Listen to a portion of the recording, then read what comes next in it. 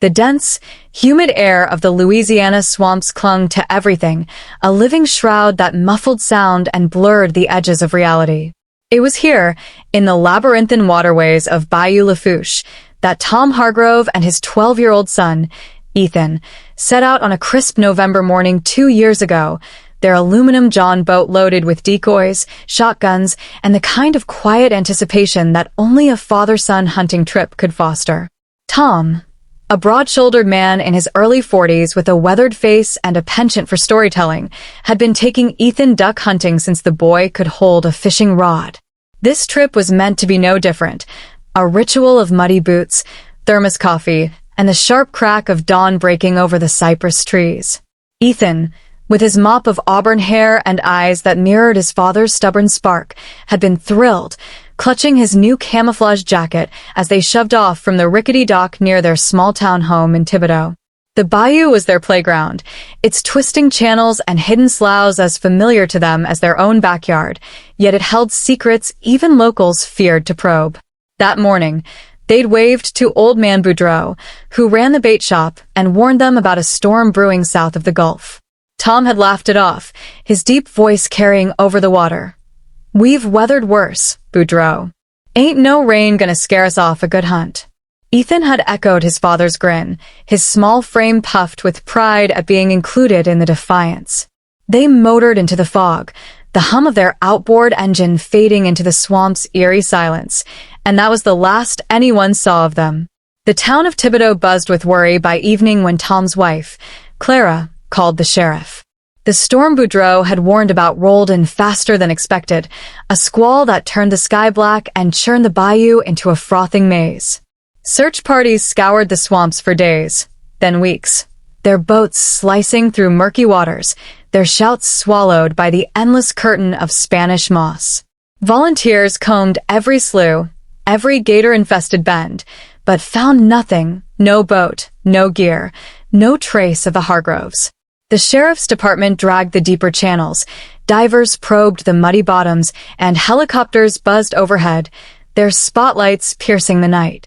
Clara, a schoolteacher with a quiet strength, refused to leave the dock for the first month, her eyes scanning the horizon as if sheer will could summon her husband and son back. Whispers spread through Thibodaux. Some said the bayou had claimed them, as it had others over the years. Others muttered about foul play, pointing fingers at drifters or poachers known to haunt the swamps. The Hargroves' disappearance became a wound in the community, a mystery that haunted church pews and barroom conversations. Clara clung to hope, pinning missing posters to every utility pole, her hands trembling as she stapled Ethan's smiling face next to Tom's grizzled one. The seasons turned, and the search dwindled to a formality, the case filed away as a tragic accident. Yet the bayou kept its secrets, its dark waters reflecting nothing but the weight of unanswered questions. 2 years later, the town had settled into an uneasy acceptance, though Clara still walked the docks at dawn, her eyes hollow but unyielding. The swamps, indifferent to human grief, continued their slow, eternal churn, cypress knees poking through the water like ancient sentinels, alligators gliding silently past. It was a diver named Marcus Tate, a wiry man hired to clear debris from a clogged channel, who stumbled into the mystery's next chapter. Marcus, a transplant from New Orleans with a knack for navigating the bayou's depths, was used to pulling up junk, rusted crab traps, tangled fishing nets, even the occasional sunken pirogue. That morning, under a sky heavy with clouds, he dove into a particularly murky stretch near a bend locals called Dead Man's Turn. The water was thick with silt, visibility near zero, but Marcus's gloved hands felt something unnatural in the mud, a hard, metallic edge. He tugged, then surfaced, calling for his partner to bring the winch. What they hauled up wasn't just debris. It was the Hargroves' John boat, its hull crumpled and encrusted with algae, the once shiny aluminum now a ghostly relic. Inside, wedged beneath a warped seat, was a small, sealed metal box, its surface etched with scratches, but intact.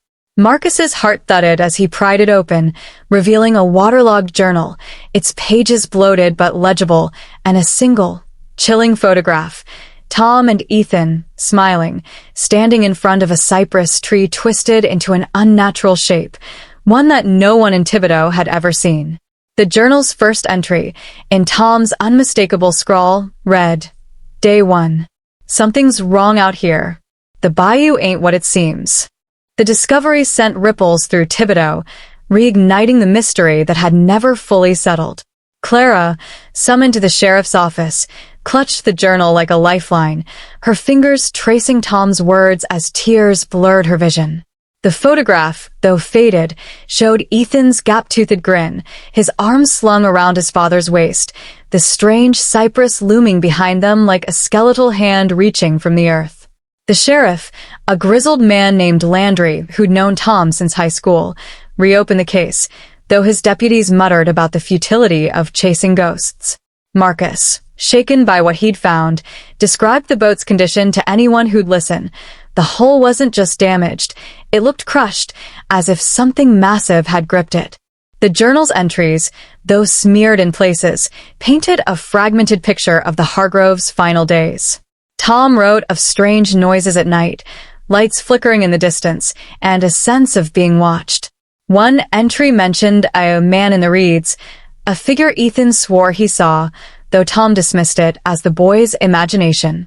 The deeper Marcus read, the more the bayou seemed less a place and more a living entity, one that had swallowed the Hargroves whole. Clara, refusing to let the journal sit in an evidence locker, began transcribing it, her nights consumed by Tom's words, searching for clues to where they'd gone. The photograph's twisted cypress became her obsession, a landmark no local could place, though some swore it resembled tales of a cursed patch deep in the swamp, a place avoided even by the boldest trappers. The town's revival of the Hargrove mystery brought outsiders, reporters, amateur sleuths, even a paranormal investigator from Baton Rouge who claimed the bayou was a thin place where the veil between worlds frayed. Clara ignored the noise, her focus on the journal and the photograph, which she carried everywhere, tucked against her heart.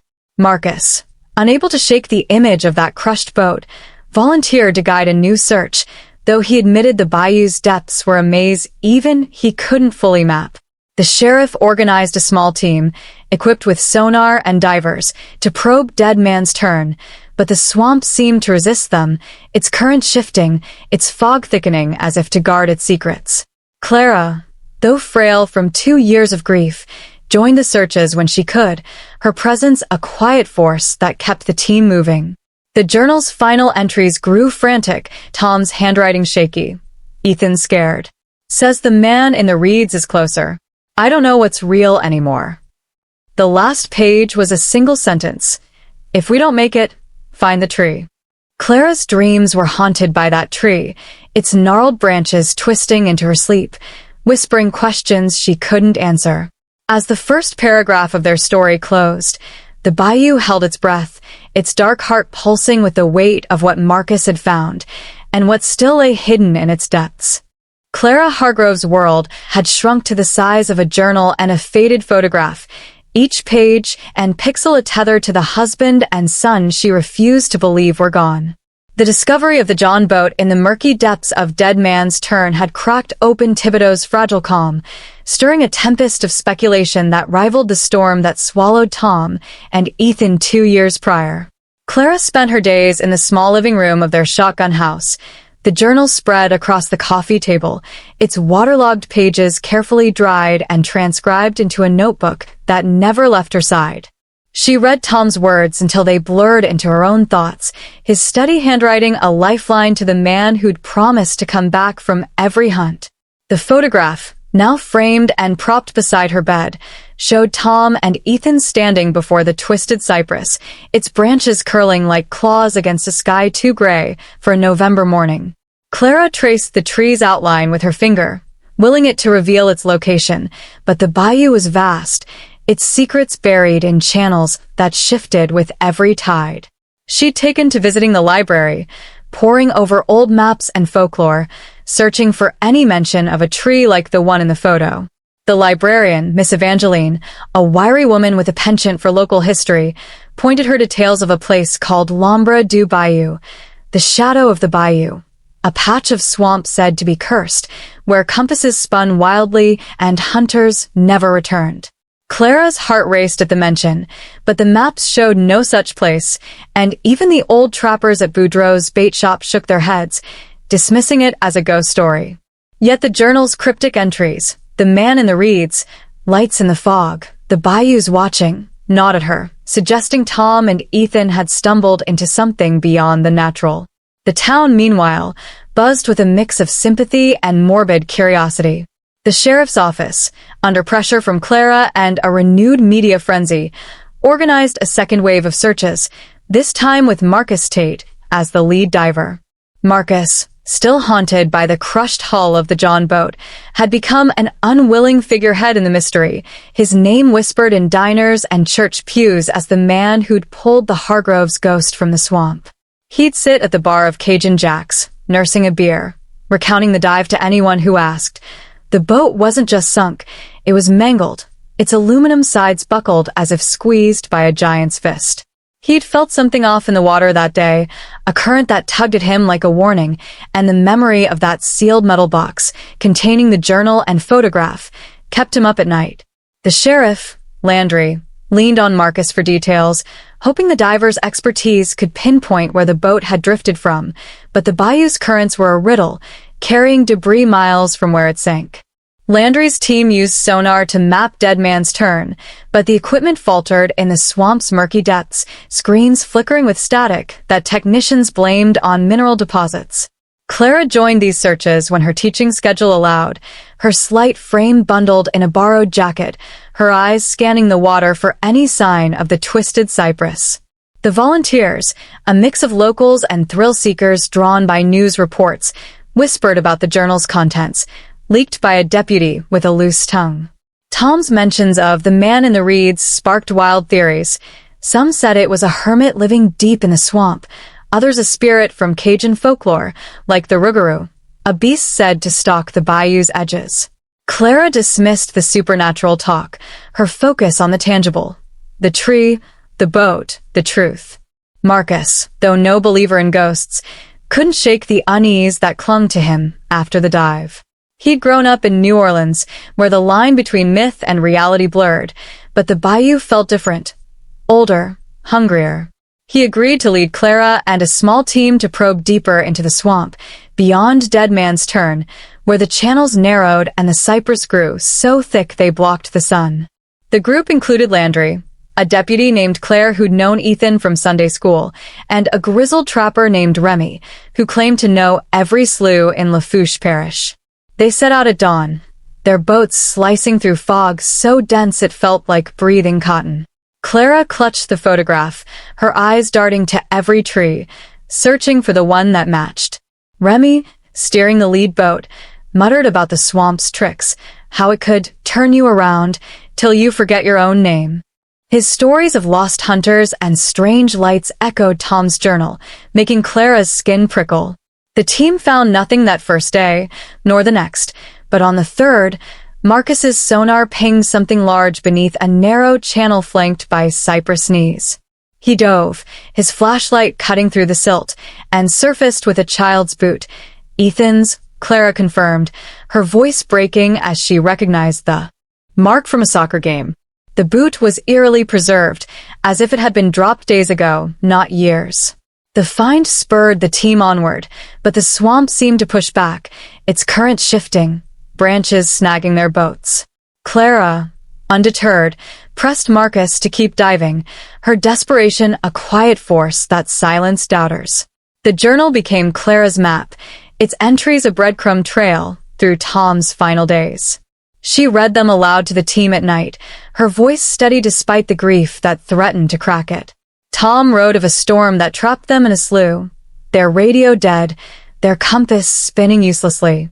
He described Ethan's fear, how the boy clung to him as strange noises, low, guttural hums, echoed through the fog. The man in the reeds appeared in multiple entries, always at dusk, a shadow Ethan swore moved closer each night. Tom, ever the skeptic, chalked it up to exhaustion, but his later entries grew paranoid. He's not a man. Don't know what he is. Ethan says he hears him whispering. Clara's dreams twisted these words into nightmares, the reeds parting to reveal a faceless figure watching her. She shared the entries with Marcus, who admitted to seeing odd shapes in the water during his dives, shadows that vanished when he turned. Remy, spitting tobacco into the fire, told of an old Cajun tale about a spirit called Le Veilleur, the Watcher, who lured hunters into the swamp's heart, never to return. Clara, though, clung to logic, convinced the tree in the photograph was the key. She sketched it from memory, showing it to every trapper and fisherman in Thibodeau, but none recognized it. One old woman, a treader who claimed to heal with herbs, took one look at Clara's sketch and crossed herself, muttering about l'ombre du bayou. "That tree ain't natural," she said. "It grows where the devil walks." As the searches stretched into weeks, Clara's resolve hardened, though her body weakened. She'd lost weight, her cheeks hollow, her hands trembling from lack of sleep. The town rallied around her, bringing casseroles and prayers, but the media's interest waned, the story overshadowed by newer tragedies. Marcus, now invested beyond his paycheck, felt the swamp's pull, its silence louder than any city noise he'd known. On a final dive before winter rains made the channels impassable, he found a second object near where the boot had been, a rusted hunting knife, its handle carved with Tom's initials. Clara wept when she saw it, remembering how Tom had taught Ethan to clean fish with it. The knife, like the boot, was too well preserved, its blade still sharp despite 2 years underwater. Marcus began to wonder if the bayou was toying with them, offering clues only to draw them deeper. The team's last trip before the rains brought them to a slough so narrow their boats barely fit, the cypress trees closing in like a cage. Clara, scanning the banks, froze. A tree, gnarled and twisted, matched the photograph's silhouette. She shouted for the boats to stop, her heart pounding as she stepped onto the muddy bank, the journal clutched to her chest. The tree loomed, its roots pulsing with an unnatural rhythm, and for a moment, Clara swore she heard Ethan's voice, faint, calling her name. The team stared, silent, as the fog thickened, the bayou whispering secrets it wasn't ready to share. The twisted cypress stood like a sentinel in the suffocating fog of the bayou, its gnarled branches curling toward the sky as if clawing at the heavens.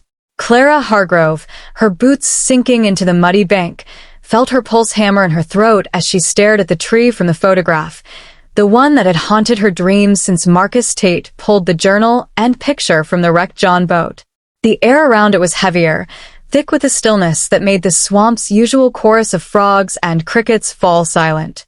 Clara's team, Marcus, Sheriff Landry, Deputy Claire, and the trapper Remy, stood behind her, their faces taut with a mix of awe and unease. The tree matched the photograph exactly, its unnatural shape defying the orderly chaos of the bayou's cypress groves.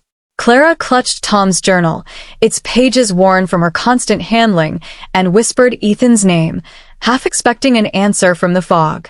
The moment felt like a hinge in time, the swamp holding its breath as if it knew they'd found its secret heart. Remy, his weathered hands gripping the boat's edge, muttered a prayer in Cajun French, his eyes darting to the reeds that swayed without wind. Marcus, ever practical, scanned the water for clues, but even he couldn't shake the feeling that the bayou was watching them, its dark currents alive with intent. Clara stepped closer to the tree, her fingers brushing its bark, which felt cold and slick, almost pulsing under her touch. She didn't care if the others thought her mad. She'd found the landmark Tom and Ethan had stood before, and it was her only path to them. The team set up a makeshift camp on the narrow bank, their boats tethered to cypress knees that jutted like bones from the water. Landry, his sheriff's badge glinting dully in the filtered light, organized a perimeter search, though his voice betrayed a flicker of doubt.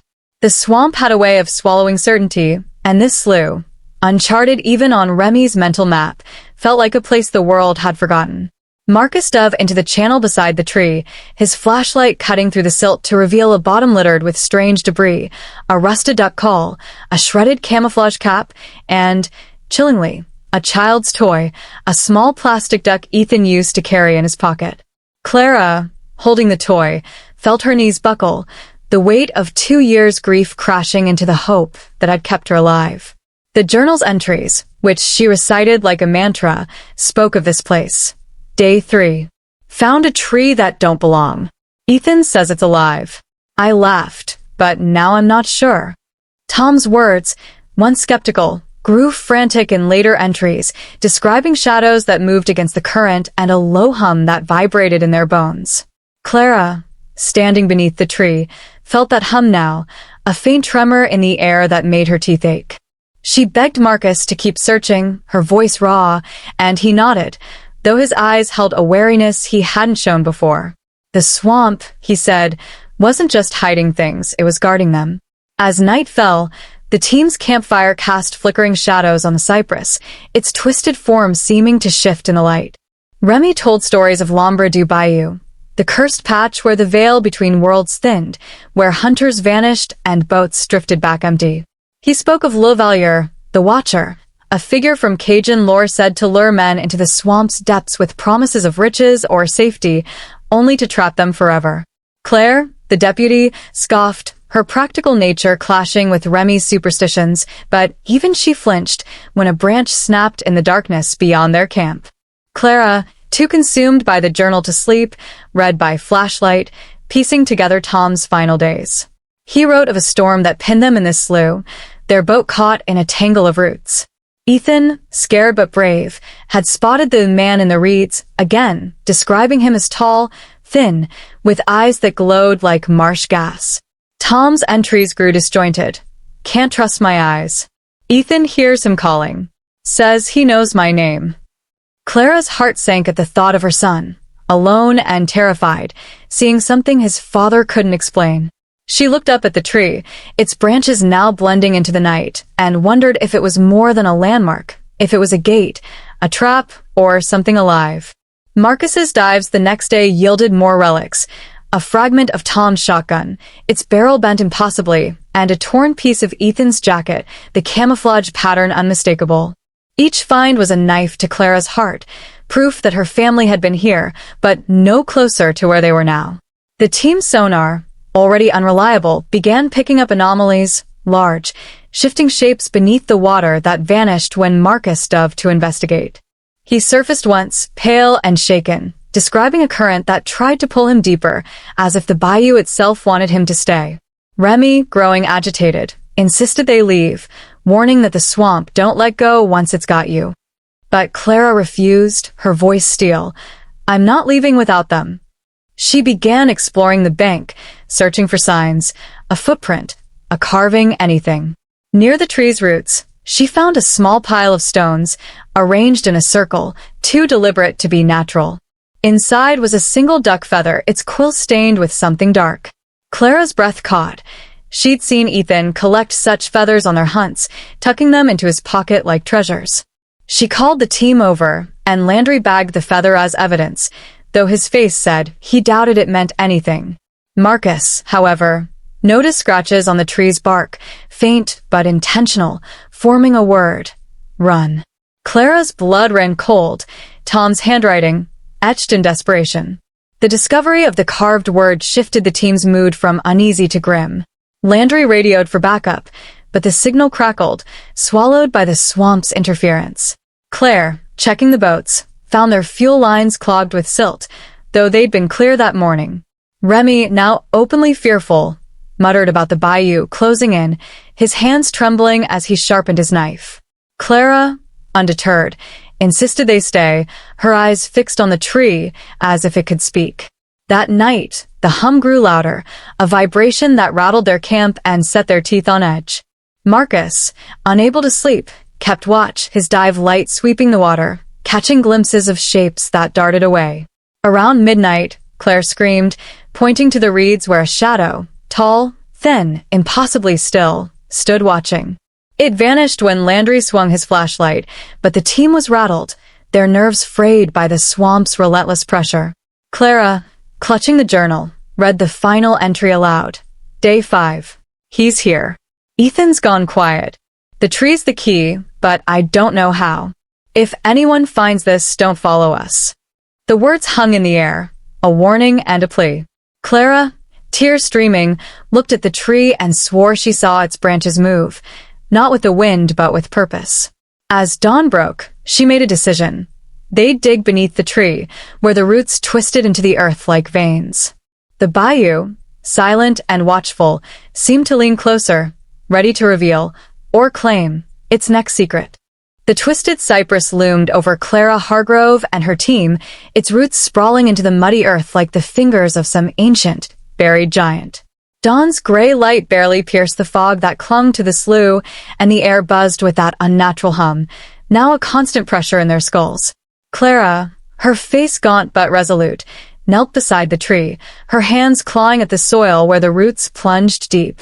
The word run, carved into the bark, burned in her mind, Tom's desperate plea. But she couldn't turn back, not when she was this close to the truth about her husband and son. Marcus Tate, his diver's gloves streaked with mud, joined her with a shovel, his usual pragmatism fraying under the swamp's relentless weight. Sheriff Landry, his jaw tight, organized Deputy Claire and Remy to secure the camp, though their boats rocked uneasily in the current, as if the bayou itself was restless. The team had decided to dig beneath the tree, spurred by Clara's conviction that it held answers. Answers to the journal's cryptic warnings, the photograph's eerie backdrop, and the relics that kept surfacing like taunts. The swamp, however, seemed to resist, its air growing thicker, its silence sharper, as if warning them to stop. Clara didn't care.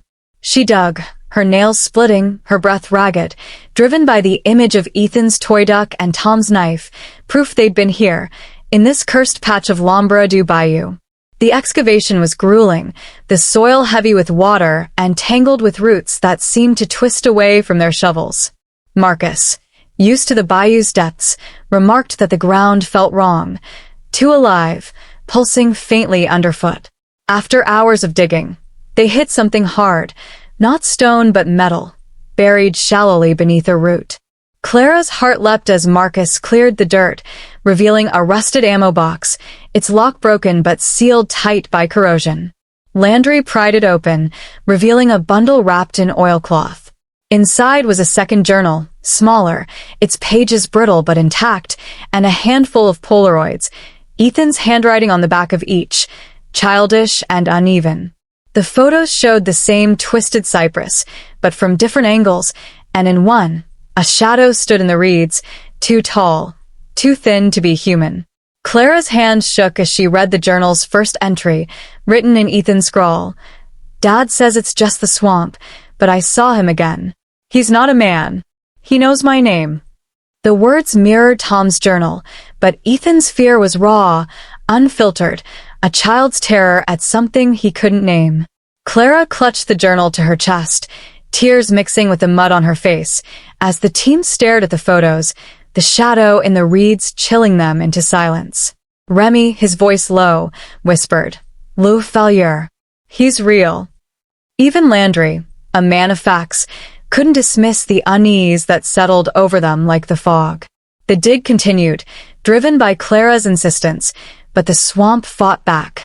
Roots seemed to shift, closing over the hole they'd dug, and the hum grew louder, vibrating through the shovels.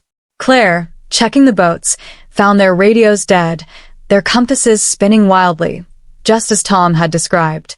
Marcus dove into the channel again, searching for more clues, but surfaced gasping, his eyes wide with panic. He'd seen something, a shape, massive and fluid, moving beneath the water. Not an alligator or fish, but something that seemed to watch him back.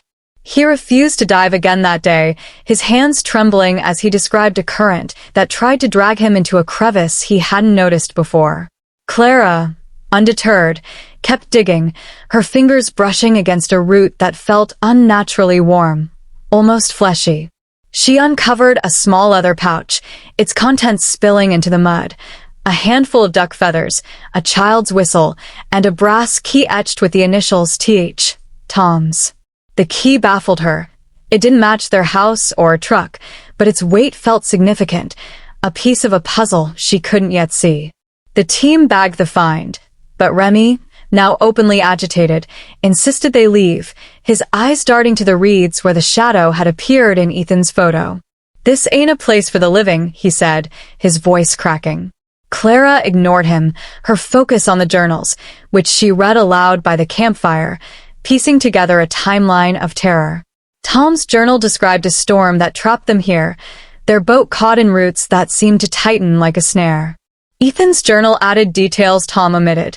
The boy heard whispers in the fog, not words but his name, spoken in a voice that wasn't human. He wrote of lights, green, flickering, like fireflies but larger, dancing around the tree at night. Clara, cross-referencing the entries, realized they'd been here for days, maybe weeks, unable to escape. Tom's final entry mentioned a door in the tree, a hollow he swore wasn't there before, but Ethan's journal was more specific. Dad found a key. He says it opens something, but the man in the reeds doesn't want us to. Clara's breath caught at the mention of the key, now in Landry's evidence bag. She demanded they search the tree for a hollow, a lock, anything. Marcus, reluctant but loyal, climbed the cypress, his flashlight probing its crevices. He found a knot in the trunk, unnaturally smooth, with a slot that matched the key's shape. Clara's heart raced as she handed it to him, but before he could try it, the hum surged, a deafening pulse that knocked Claire to her knees. The water around their boats churned, waves slapping without wind, and the reeds rustled, parting to reveal that same shadow, tall, thin, its eyes glowing like marsh gas. Landry fired his pistol into the fog, the sound swallowed instantly, and the shadow vanished. The team froze, their breaths shallow, as the swamp seemed to tighten around them.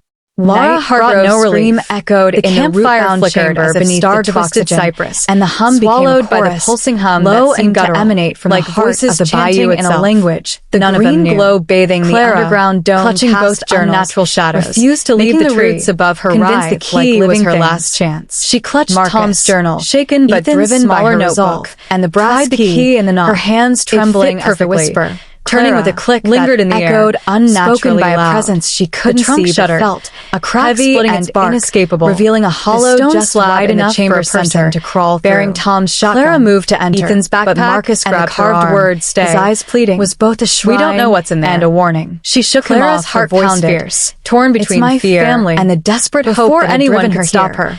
To Lombra du Bayou, the journals patch where her husband and son had vanished. The hollow was impossibly above. Marcus Tate, slick and Sheriff warm, Landry, smelling Deputy of earth, Claire, and something shouted her name. She emerged in a chamber beneath the tree, swamp itself, its roots forming a dome lit the shadow by an eerie green glow. Tall in the center, thin with glowing eyes, on a slab of stone, didn't reappear. Lay Tom's shotgun. Its presence lingered. Ethan's backpack, a pressure in her chest word that urged her into the floor. Yet Clara's scream echoed as the hum surged, and the relics that tethered her to Tom and Ethan, and the team above shouted her name back. Their voices by the slab as the bayou sealed tracing the word "stay." The shadow loomed behind their names. Its whisper the bayou would give them up. Clara. The chamber trembled. The swamp had claimed the hum her, rising to a deafening roar. But she held the key. Clara knew she was at the edge, a flicker of hope that the tree's secret would lead her to Tom had guarded for centuries.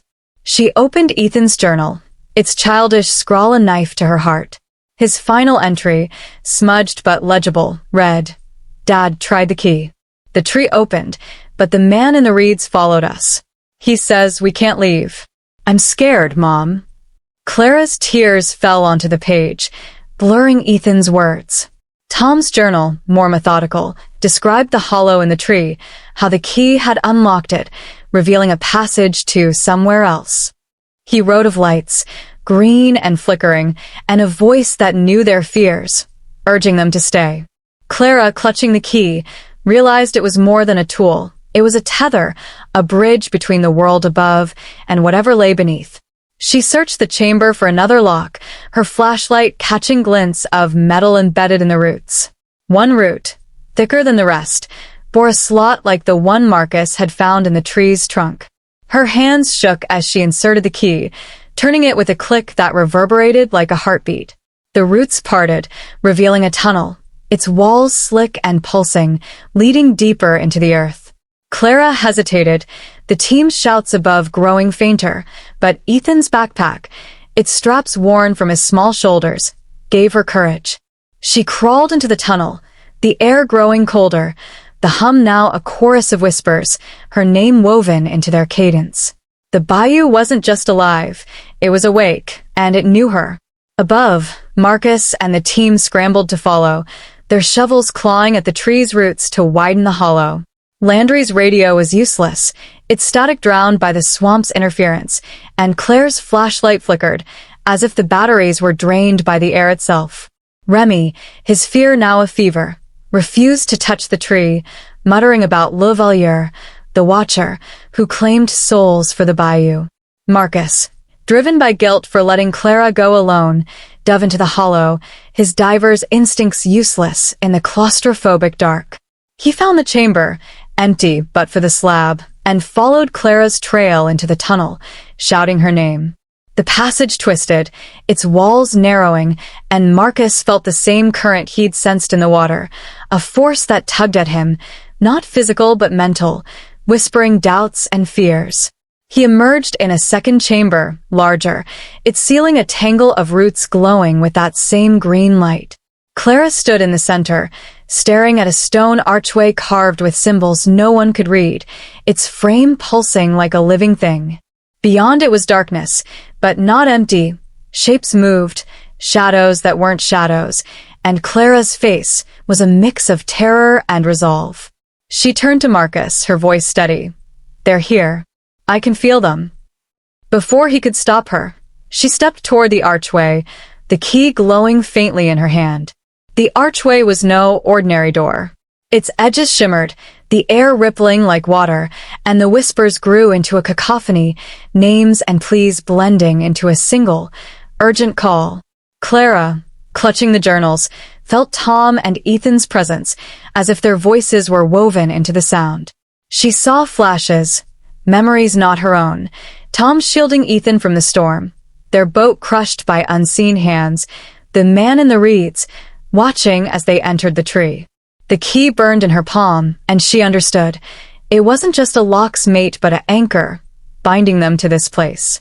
She pressed it against the archway's center, where a slot glowed faintly, and the chamber shook, roots cracking, the green light flaring.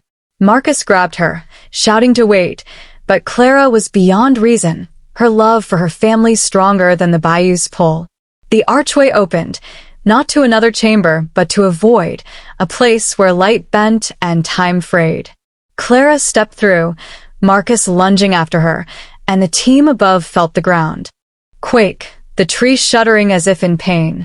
Landry and Claire, now in the first chamber, found only the slab, the word "stay" now joined by "come."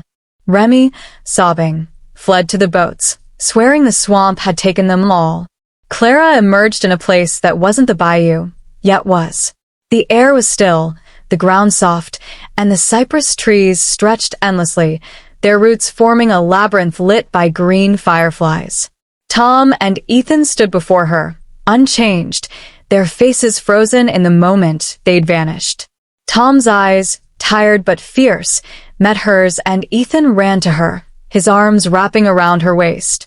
"You found us," he whispered, but his voice was strange, layered, as if spoken by many. Tom's hand, warm but trembling, gripped hers, and he explained.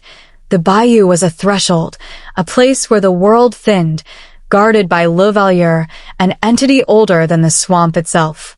The key had trapped them here, in a space between, where time didn't flow but looped, their lives bound to the tree.